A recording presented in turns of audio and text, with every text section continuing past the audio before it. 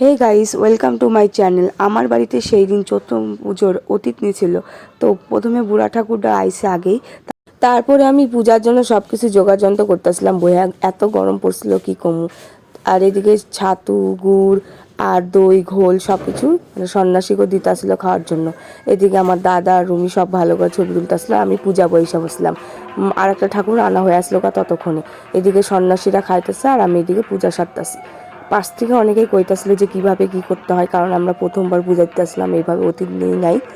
তো তো আস্তে আস্তে দুটো ঠাকুরেই আমরা দিতাছি পূজা।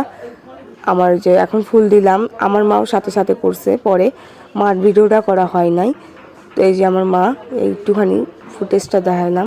তারপর মহেশ্বরের গায়ে সিঁদুর পরাইলাম, দুটো মহেশ্বরের গায়েই। আর তেলটাও দিয়েছি, কারণ এটার ভিডিওটা আমি পরে দিছি, দেখো ভালো করে। আর এদিকে আমি ধূপকাঠি দেখালাম। তো এইটুকুই ভিডিও।